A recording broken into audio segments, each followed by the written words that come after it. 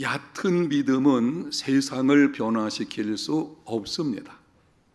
세상 속에서 세상을 변화시키는 소금과 빛의 사명을 감당하려고 하면 건강한 믿음, 깊은 믿음의 사람이 되어야 합니다.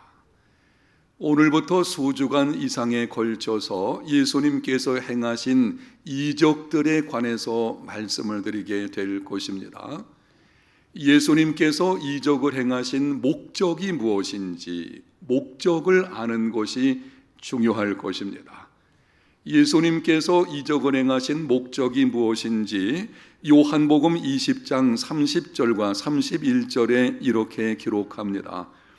예수께서 제자들 앞에서 이 책에 기록되지 아니한 다른 표적도 많이 행하셨으나 오직 이것을 기록함은 너희로 예수께서 하나님의 아들 그리스도이심을 믿게 하려 함이요 또 너희로 믿고 그 이름을 힘입어 생명을 얻게 하려 함이니라.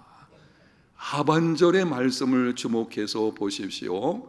예수님께서 수많은 이적들을 행하셨습니다. 그 가운데서 요한은 특별히 7가지 이적을 선택을 해가지고 자기 서신에 기록했습니다. 그 목적이 무엇인지 너희로 예수께서 하나님의 아들 그리스도이심을 믿게 하려 하며 또 너희로 믿고 그 이름을 힘입어 생명을 얻게 하려 함이니라.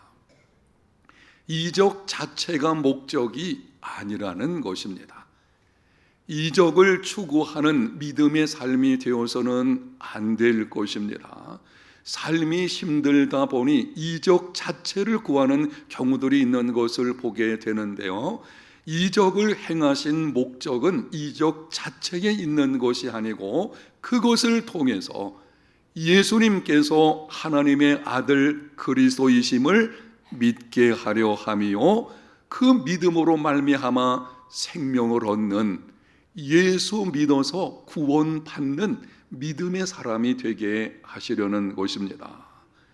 예수님께서 행하신 이적들에 관한 말씀을 여러분들이 앞으로 듣는 중에 예수님을 믿어서 생명에 이르고 그 믿음이 자라서 건강한 믿음 그리고 깊은 믿음의 사람이 되므로 영적 풍성함을 누리며 살아가는 하나님의 사람들 우리 모두가 다 되시기를 소원합니다.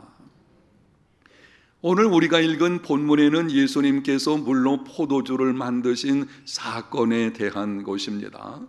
여러분이 아마 주일학교를 다니셨으면 주일학교 어렸을 때부터 이 말씀을 듣고 또 들은 말씀이 되겠죠. 예수 믿는 사람들의 경우에는 이 말씀을 잘 알고 있을 것입니다.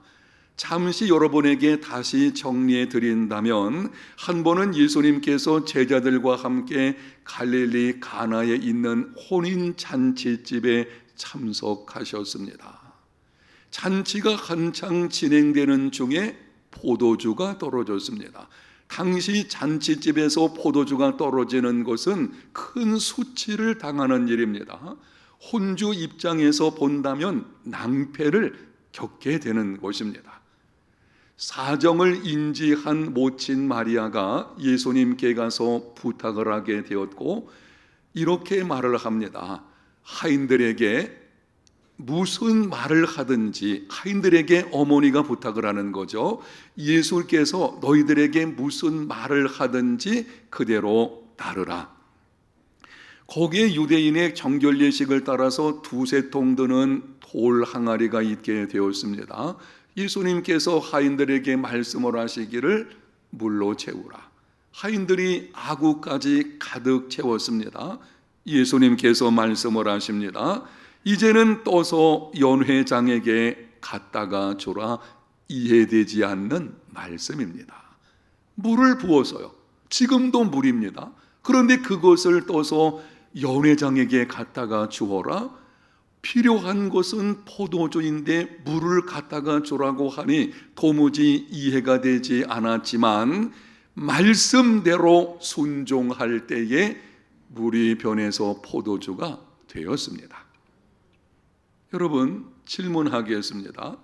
물이 포도주로 변할 수가 있겠습니까? 물과 포도주는 질적으로 다른 것입니다. 물론 포도주 속에 물이 포함되어 있는 건 맞지만 물만 가지고서는 포도주를 절대 만들 수 없습니다. 그런데 예수님께서는 물로 포도주를 만드심으로 이 사건을 통해서 우리에게 주시는 교훈이 무엇인가 하면 예수님 그분은 만물의 질을 변화시키는 하나님의 아들이심을 보여주시는 것입니다. 예수님께서 어떤 분이신가요?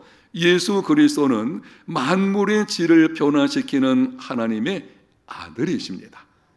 영상에 기록된 말씀 중요하기 때문에 우리 다 같이 한번 읽겠습니다. 예수 그리스도는 만물의 질을 변화시키는 하나님의 아들이시다. 아멘.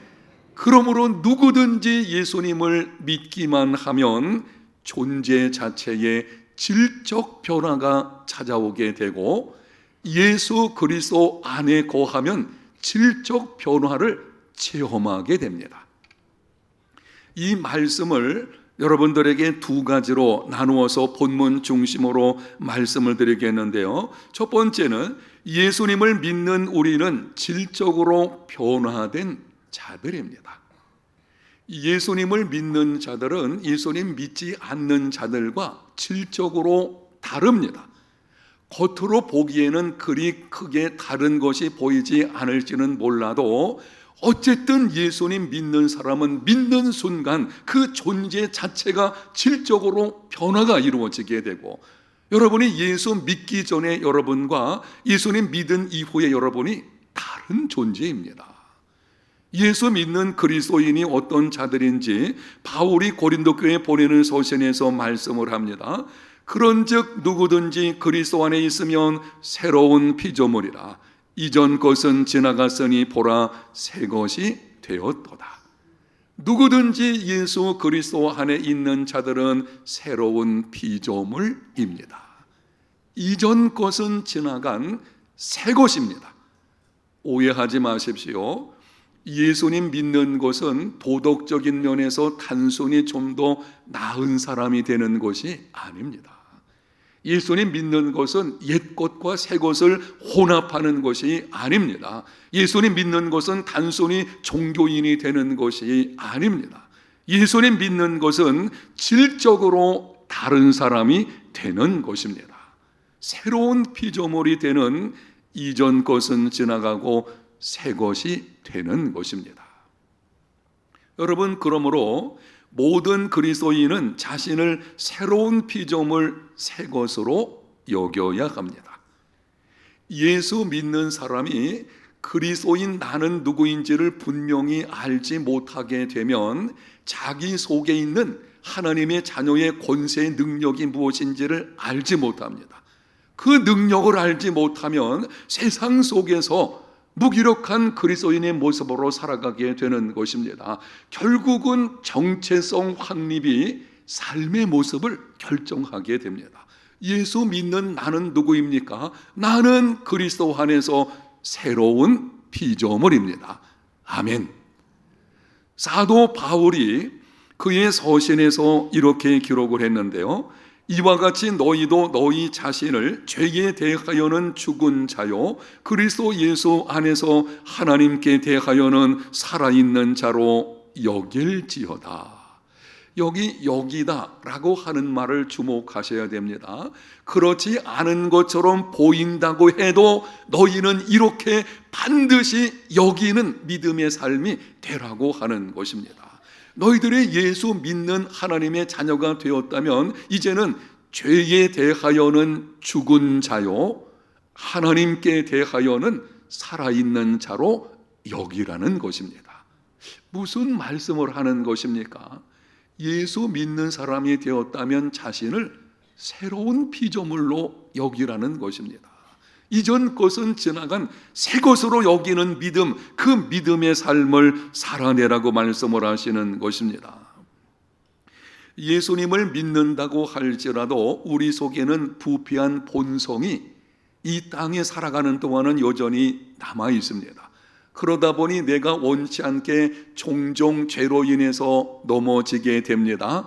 이러한 자신을 보게 되면 의문이 들게 되어지죠. 진짜 내가 죄에 대해서 죽은 자가 맞나? 아니, 죄에 대해서 죽은 자라면 다시는 죄 가운데 거하지 않는 삶이 마땅한데, 내가 이렇게 죄로 인해서 자꾸 넘어지는 것을 보니 죄로 인해서 죽은 내가 맞는 것인가? 이런 의문이 든다고 할지라도 바울이 분명하게 말을 합니다. 그럴지라도 죄에 대하여 죽은 자요 하나님에 대해서 살아있는 자로 여기라. 현재 나의 삶의 모습이 어떠하든지 예수 믿는 사람이 되었다고 하면 나의 자신이 죄에 대하여 죽은 자요 하나님께 대해서는 살아있는 자로 여겨야 합니다. 따라합시다. 여기라. 그렇게 하라는 것입니다. 자꾸 자신의 상황이나 아니면 형편을 주목하지 말고, 우리가 죄에 대해서 죽고 하나님에 대해서 산 자가 된 것은 우리 힘으로 된 것이 아니에요. 내가 어떤 의지를 가지고 나를 바꾼 것이 아닙니다. 내가 선한 일을 심씀으로 말미암아 나의 존재가 그렇게 바뀐 것도 아닌 것입니다. 하나님께서 그렇게 하신 것입니다. 하나님께서 독생자를 보내어 주시고 십자가에 내어 주심으로 죄에 대해서 죽은 자가 되게 하셨고, 하나님께서 독생자를 무덤에서 다시 살리심으로 하나님께 대해서 산 자가 되게 하셨습니다. 하나님께서 그렇게 하셨으니 우리는 그것을 겸손히 받아들여야 합니다. 한번 여러분들에게 질문을 하겠는데요, 정직하게 대답을 해보시면 좋겠습니다. 주신 말씀에 대한 적용 측면에서 세 가지 질문을 드릴 때에 여러분의 진정한 믿음을 한번 대답을 해보십시오. 여러분은 예수 그리스도를 믿음으로 예수님과 연합한 자가 되었습니까? 예수님 믿는다는 것은 예수님과 연합하는 것입니다. 예수님의 죽음이 나의 죽음이 되고 예수님의 부활이 나의 부활이 되어지는 것입니다. 그렇다면 여러분은 이 질문에 대해서 아멘, 나는 그렇습니다 라고 분명히 대답을 하셨다면, 이제부터는 여러분 자신을 죄에 대해서는 죽은 자요 하나님께 대해서는 산 자로 여기시기를 바랍니다. 분명히 자기 자신에 대해서 이렇게 선포하십시오. 나는 예수님을 믿음으로 새로운 피조물이 되었다. 이전 것은 지나갔고 새 것이 되었다. 아멘. 그게 우리의 정체성이에요. 예수 믿는 사람이 누군가 하면 예수 믿는 나는 새로운 피조물이 된 것입니다. 두 번째 질문, 여러분은 그리스도 예수 안에 있는 자에게는 결코 정죄함이 없다는 것을 믿습니까? 그렇다면 내가 나를 용서해야 합니다. 하나님께서 나의 죄를 용서하셨는데 어찌 내가 나의 죄를 용서하지 않을 수가 있겠습니까? 하나님께서 믿음으로 말미암아 이제 너는 죄사함을 받았다. 하나님께서 그렇게 하셨어요. 그런데 우리 스스로 자기를 죄인으로 생각하고 죄책감과 정죄감 속에 살아간다고 하면 그것이 불신앙적인 것입니다. 이제부터는 자신을 용서하는 삶이 되시기를 바랍니다. 세 번째 질문입니다. 여러분은 예수님을 믿음으로 의롭다함 받은 것을 확신합니까? 그렇다면 자신을 정죄하지 마십시오. 하나님께서 의롭다고 하셨는데 감히 누가 정죄할 수가 있겠습니까? 하나님께서 말씀하시기를 너는 믿음으로 말미암아 의롭다함을 받은 자가 되었느니라. 하나님께서 그렇게 선포하셨어요. 그런데 감히 누가 그 사람을 정죄할 수가 있겠습니까? 여러분 스스로도 여러분을 정죄하지 마시고 다른 사람도 정죄하지 마십시오. 우리는 그리스도의 의를 내 의로 여기는 삶이 되어야 합니다. 이러한 정체성을 알고 그것을 겸손히 받아들일 때에 건강한 자존감을 갖게 되는 것이고, 건강한 자존감을 가진 믿음의 사람이 되어질 때에 그때 건강한 믿음, 깊은 믿음의 사람으로 살아가게 되는 것입니다. 나아가서 예수님을 믿는 다른 사람에 대해서도 그렇게 여기고 행동하십시오. 저는 성경을 읽어가다가 깜짝 놀란 부분이 있는데요, 마태복음 1장에 기록되어 오신 예수님의 족보를 쭉 읽어가는 중에 아니 어떻게 이렇게 행동을 할 수 있지? 라고 하는 생각을 갖게 만든 것이 있습니다. 마태복음 1장 5절 상반절입니다. 살몬은 라합에게서 보아스를 낳고, 라합은 여리고성의 매춘보였습니다.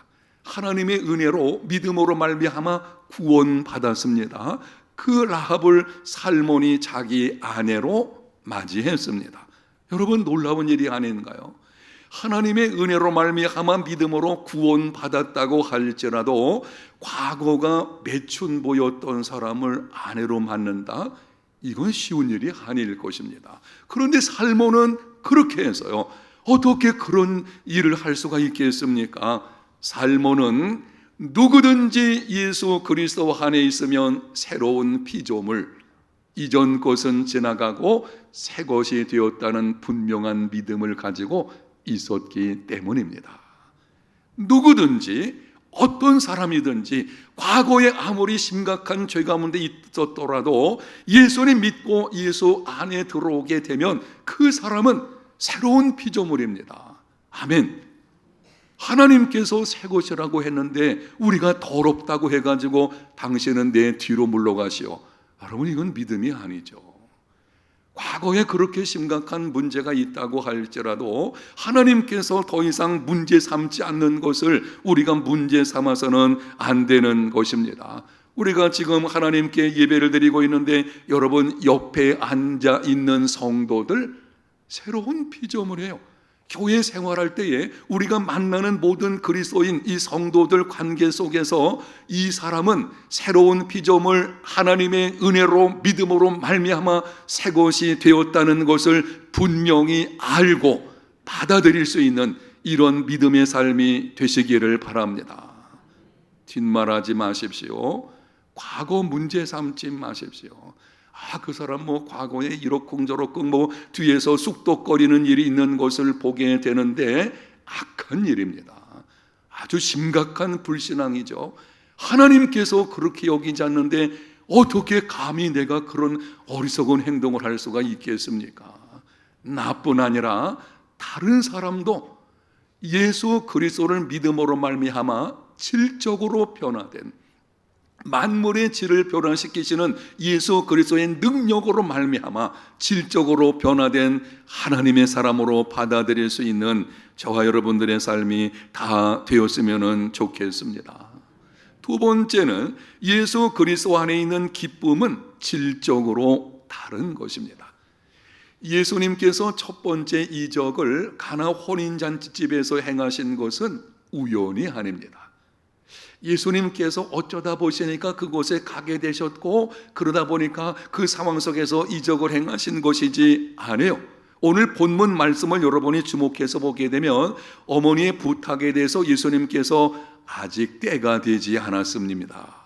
아니, 아직 때가 안 됐다는 거예요. 자신을 하나님의 아들이심을 드러낼 때가 안 됐다고 하는 것입니다. 그럼에도 예수님께서는 그 상황 속에서 이적을 행하신 것은 분명히 보여주시려는 것이 있습니다. 기독교가 어떤 종교임을 나타내 주시는 것입니다. 기독교는 혼인잔치집 같은 기쁨의 종교입니다. 기독교는 금욕주의가 아닙니다. 다른 종교들에게서는 이런 말들을 하게 되죠. 장가가지 마라, 시집가지 않는 게 좋겠다, 입산수도해라, 고행이 필요하다, 금욕해야 된다, 무소유로 살아야 한다. 그러나 기독교는 그렇게 말씀하지 않습니다. 성경은 우리에게 이렇게 말씀을 합니다. 하나님께서 주신 분복을 누리는 삶을 살아가라. 다르죠. 기독교는 염세주의도 아닙니다. 세상을 부정적으로 보지 않습니다. 질병도 있고 재난도 있고 전쟁도 있고 고난도 있습니다. 그러나 기독교는 그 속에 하나님의 뜻이 있음을 압니다. 하나님께서 합력하여 선을 이루어 주실 것도 압니다. 그래서 낙심하지 않습니다. 모든 상황에서 희망을 노래합니다. 예수 믿는 사람은요, 질적으로 다른 존재들인 것입니다. 그렇게 기막힌 상황 속에서도 절망 가운데 있지 아니하고 희망을 노래하는 사람, 이 사람이 그리스도인이거든요. 기독교는 혼인 잔치집과 같은 기쁨의 종교입니다. 상담 전문 심리학자들의 연구를 보게 되면 사람들은 4가지 경우에 기뻐한다고 합니다. 첫 번째는 사랑을 받을 때 기쁨이 있다고 합니다. 남녀노소를 막론하고 사랑을 받게 되면 기쁨이 마음속에 생기게 됩니다. 두 번째는 자기가 소중하다고 여기는 것을 손에 넣었을 때, 원하는 것을 얻었을 때에 기뻐합니다. 돈을 벌고 싶은 사람은 많은 돈을 벌게 되면 기뻐하죠. 명예를 얻기를 원하는 사람은 명예를 얻었다, 기쁨이 있게 될 것이고, 학문을 추구하는 사람은 많은 연구 실적을 쌓았다, 그 마음에 기쁨이 있게 될 것입니다. 세 번째는 자기 형편을 좋게 받아들일 때 기뻐합니다. 내가 잘 살든 못 살든, 형편이 형통하든 형통하지 못하든 자기 형편을 좋게 받아들이면 거기에 기쁨이 있다고 합니다. 네 번째는 내가 가지고 있는 소중한 것을 다른 사람에게 나눌 때에 기쁨이 있습니다. 주는 기쁨이죠. 내가 가지고 있는 재물을 가난하고 소외된 사람들에게 나눠줄 때에 기쁨이 찾아오게 될 것이죠. 많이 배운 사람은 자기가 가지고 있는 학문을 후학들에게 나누어 줄 때에 거기서 기쁨이 찾아오게 될 것입니다. 여러분, 그런데 성경은 이 4가지뿐만이 아니라 그 이상의 기쁨을 말씀을 합니다. 세상의 기쁨은 그런 4가지 정도에 국한될 수가 있겠지만 예수 믿는 사람 속에 있는 기쁨은 질적으로 다른 거예요. 그 정도에 머물러 있는 것이 아니고 히브리서 10장 34절에 이렇게 말씀을 합니다. 너희가 갇힌 자를 동정하고 너희 산업을 빼앗기는 것도 기쁘게 당한 것은 더 낫고 영구한 산업이 있는 줄 알미라. 초대교회 성도들은 예수님을 믿는 믿음으로 말미암아 산업을 빼앗기는 것도 기뻐했습니다. 빼앗기는 기쁨, 이것이 그리스도인에게 있는, 기독교 안에만 있는 기쁨입니다. 세상은 이 기쁨이 없어요. 아니, 빼앗기는데 어떻게 기뻐할 수 있나요? 잃어버리는 기쁨이 어떻게 찾아올 수가 있겠습니까? 그러나 예수 그리스도 인 안에, 예수 믿는 하나님의 자녀들 속에는 이 기쁨이 있는데 그것이 빼앗기는 기쁨입니다. 성경에 보게 되면 기쁨으로 가득한 책이 빌립보서입니다. 사도 바울이 빌립보 교인들에게 기록한 서신인데요, 당시 바울은 비참한 상황에 놓여 있었습니다. 죽음을 앞두고 있었습니다. 언제 죽을지 모르는 예측할 수 없는 미래가 있었습니다. 끔찍한 로마 감옥에 갇혀 있었습니다.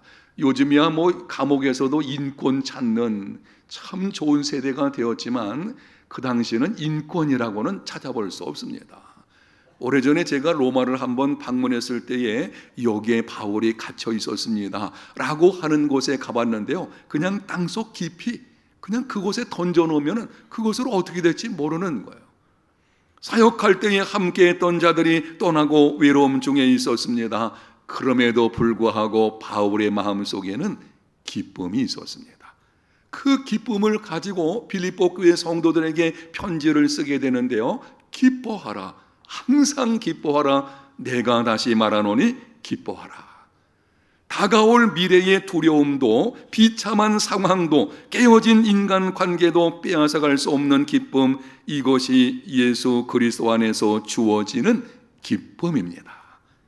모든 상황 속에서 때로는 모든 것을 잃어버리는 것 같은 그 기막힌 상황이 온다고 할지라도 놀랍게도 예수 믿는 사람 속에는요, 세상이 알 수 없는 기쁨이 있다는 거예요. 예수 믿는 그리스도인에게 있는 기쁨은 세상의 기쁨과 질적으로 다른 것입니다. 시편 4편은 다윗이 아들 압살롬에게 반역을 당해서 쫓겨날 때에 지은 시인데요, 당시 다윗은 큰 곤경 중에 있었습니다. 사랑하는 아들에게 반역을 당한다. 그 고통은 이루 말할 수가 없을 것입니다. 한 나라에서 어떤 반역이 일어나는데 정적으로 인해서 되었다. 그것도 힘든 상황일 것입니다. 그런데 사랑하는 아들 다윗이 압살롬을 얼마나 사랑했나요? 그 아들이 반역을 했습니다. 그 고통은 말할 수 없을 정도였겠지요. 왕권을 빼앗기고 신하들과 함께 도망치는 신세가 되었습니다. 많은 사람들이 다윗을 공격하고 죽이려고 했습니다. 사람들이 다윗에게 말하기를 더 이상 하나님은 너와 함께하지 않는다. 조롱거리가 된 것입니다. 하나님이 너와 함께 하시면 네가 그런 일이 있을 리가 없다. 너는 이제는 하나님께서 떠났고 더 이상 하나님이 너를 도와주시지 않아. 그것이 아마 다윗의 마음을 깊이 후벼 팠을 것입니다. 그럼에도 다윗은 이렇게 고백을 합니다. 시편 4편 7절입니다. 주께서 내 마음에 두신 기쁨은 저희의 곡식과 새 포도주의 풍성할 때보다 더하나이다. 아멘. 저희의 곡식과 새 포도주의 풍성함, 자신을 대적하여 왕권을 취한 자들을 비유하는 것입니다. 지금 대적들이 다윗의 왕권을 찬탈하고 나서 승리의 개가를 부르는 거죠. 그들 속에서 자기들이 승리했다고 지금 기쁨의 노래를 부르는 것입니다. 그런데 다윗이 고백을 하기를 주께서 내 마음에 두신 기쁨은 모든 것을 빼앗기고 도망치는 신세가 되었지만 주님께서 내 속에 기쁨을 두시니 내 안에 있는 기쁨은 대적들이 가지고 있는 기쁨보다 크다고 하는 것입니다. 이게 그리스도인이 가지고 있는 비밀한 기쁨이에요. 저는 설교를 준비하면서 이런 생각을 해봤어요. 이런 상황에서 예수 믿는 사람이 고통이 없다는 것은 아니죠. 힘들죠. 고통스럽죠. 마음이 찢어지는 것 같죠. 그런데도 그 가운데서 주님이 주시는 기쁨이 있어요. 이 기쁨은 세상의 어느 것과도 비교할 수 없는 것입니다. 예수 믿는 그리스도인에게는 이 기쁨이 있게 되는데 여러분 이 기쁨을 누리며 살아가는 삶이 되시기를 축복합니다. 적어도 우리가 예수 믿는 그리스도인이라면 얻는 기쁨과 주는 기쁨에 국한돼서는 안 될 것입니다. 그런 기쁨만 가지고 살아간다면요 안 믿는 사람과 다를 것이 뭐가 있겠어요. 적어도 정말 우리가 믿음의 사람이 되었다면 빼앗기는 것도 기뻐할 수 있는, 세상 사람들이 볼 때에 저 상황 속에서는 절대 기뻐할 수 없을 거야. 그런데 그 가운데서도요 마음에 기쁨이 있어가지고 오히려 얼굴이 표정이 밝고 그런 가운데서 다른 사람을 위로하게 되어지는 것이죠. 이런 그리스도인의 삶 확인하면서 질문해 보겠습니다. 지금 여러분 속에는 얻는 기쁨과 주는 기쁨과 빼앗기는 기쁨 세 가지가 함께 있으십니까? 이 세 가지가 함께 있는 것이 온전한 기쁨이에요. 이 세 가지 중에 어느 한 가지라도 없다면, 특별히 세 번째 빼앗기는 기쁨이 없다면 그거는 온전한 기쁨이라고 할 수가 없을 것입니다. 어떻게 하면은 우리가 온전한 기쁨을 누리는 삶을 살 수가 있겠습니까? 우리 성도들 가운데 보게 되면 이런 경우가 있어요. 언제부터인지 모르지만 마음에 기쁨이 사라졌어요. 이런저런 환난과 역경 때문에 찾아올 수도 있을 것이고, 아니면 인간관계의 깨어짐이라든지 원하는 만큼 얻지 못했다든지, 어쨌든 이런저런 문제로 인해서 예수 믿는 사람 속에 있어야 하는 그 놀라운 기쁨, 그 기쁨을 상실해버린 것입니다. 그래서 그냥 의무감 속에서 신앙생활합니다. 봉사하는 것도 의무감 때문에, 예배 출석을 해도 예배 끝나도 마음에 기쁨이 없고 그냥 왔다 갔다는 그것 가지고 안위를 얻는 이런 삶이 되어서는 안 될 것이고, 오늘 말씀을 듣는 중에 성령의 도우심으로 말미암아 여러분 속에 온전한 기쁨이 회복되시기를 예수님 이름으로 축복합니다. 어떻게 하면은 이 기쁨을 온전히 누릴 수가 있겠습니까? 바울이 빌립보 교회 성도들에게 기뻐하라고 권하면서 반복한 말씀이 있습니다. 빌립보서 3장 1절, 끝으로 나의 형제들아 주 안에서 기뻐하라. 빌립보서 4장 4절 주 안에서 항상 기뻐하라 내가 다시 말하노니 기뻐하라. 빌립보서 4장 10절 내가 주 안에서 크게 기뻐함은 너희가 나를 생각하던 것이 이제 다시 싹이 남이니 너희가 또한 이를 위하여 생각은 하였으나 기회가 없었느니라. 반복되는 말씀이 무엇입니까? 주 안에서. 따라합니다. 주 안에서. 온전한 기쁨을 누리는 삶이 되려고 한다면 주님께서 주시는 세상이 알 수 없는, 세상이 빼앗아갈 수 없는 그 기쁨을 여러분 속에서 얻기를 원하신다면 주님 안에 거해야 됩니다. 예수님께서 내 안에 계신 것만으로는 충분하지 않습니다. 예수님 믿으면 예수 그리스도께서 성령으로 말미암아 내 안에 들어오십니다. 여러분이 예수님 믿는다면 예수 그리스도께서 지금 여러분 안에 거하십니다. 그러므로 우리는 반드시 구원받습니다. 그러나 그것만으로는 충분하지 않습니다. 이제는 내가 주님 안에 거해야 합니다. 주님께서 내 안에 계신 것과 내가 주님 안에 거하는 것은 다른 것입니다. 주님께서 내 안에 들어와 계시지만 마음의 삶과 중심에는 내가 앉아서 내가 인생을 내 마음대로 끌고 가는 그리스도인의 삶이 얼마나 많이 있나요? 그런 삶이 되어서는 이 기쁨을 온전히 누리지 못하게 될 것이고, 이제는 내 마음과 삶 전부를 예수 그리스도께 내어드리는, 예수님을 여러분의 마음과 삶의 중심에 모셔서 주인 삼는 삶이 되시기를 소원합니다. 그때에 예수님께서 내 인생의 주인 되시면 내가 예수 그리스도 그분 안에 거하면 이렇게 기도할 수 있을 것입니다. 주님, 그동안은 내가 내 삶의 중심에 내가 앉아가지고 내가 끌고 왔지만 이제는 내 마음과 삶의 중심을 주님께 내어드립니다. 내 마음과 삶의 중심에 오셔서 나의 전부를 다스려 주시고 이제부터는 주님께서 원하시는 뜻대로 살아가겠습니다. 성령님 나를 도와주시옵소서.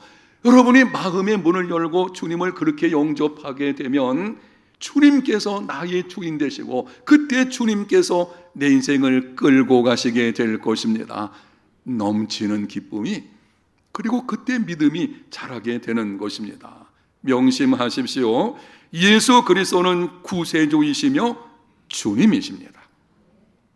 예수님은 우리를 죄 가운데서 건져 주시기 위해서 이 땅에 오신 구세주이시며 동시에 하늘과 땅의 모든 권세를 가지고 통치하시는 주님이십니다. 예수님을 구세주로 제한하지 마십시오. 사실은 구세주라고 하는 말씀 속에 주님까지 포함되어 있는 것이지만 그리스도인의 삶에서 이게 나눠지는 경우가 있어요. 나의 죄를 구원해 주신 주님으로는, 그런 주님으로는 믿으면서도 인생은 자기가 끌고 가는 경우가 있잖아요. 아니죠. 예수 그리스도는 주님이십니다. 나의 전부가 되시는 분이십니다. 예수님을 주님으로 삼고 그분의 인도하심을 따라 범사에 살아가는 삶이 되시기를 바랍니다. 그때의 온전한 기쁨을 누리게 될 것입니다. 사랑하는 성도 여러분, 예수 그리스도는 만물의 질을 변화시키는 하나님의 아들이십니다. 예수님 믿고 예수 그리스도 안에 거하는 삶을 통해서 질적인 변화를 경험할 수 있는, 질을 변화시키는 주님의 능력을 실제 삶 속에서 경험해 살아갈 수 있는 저와 여러분들이 다 되시기를 예수님 이름으로 축복합니다. 하나님 감사합니다. 오늘 말씀을 통해서 예수 그리스도 안에 거해야 한다는 것을 듣게 하셨사오니 이제는 우리 마음과 삶의 중심에 예수님을 모셔서 우리 집의 안방에 그분을 모시고 내 삶의 중심에 그분을 들어오시게 함으로, 그러므로 인해서 이제는 주님께서 주시는 그 질적인 능력을 경험하며 살아가는 우리 모두의 삶이 되게 하여 주시옵소서.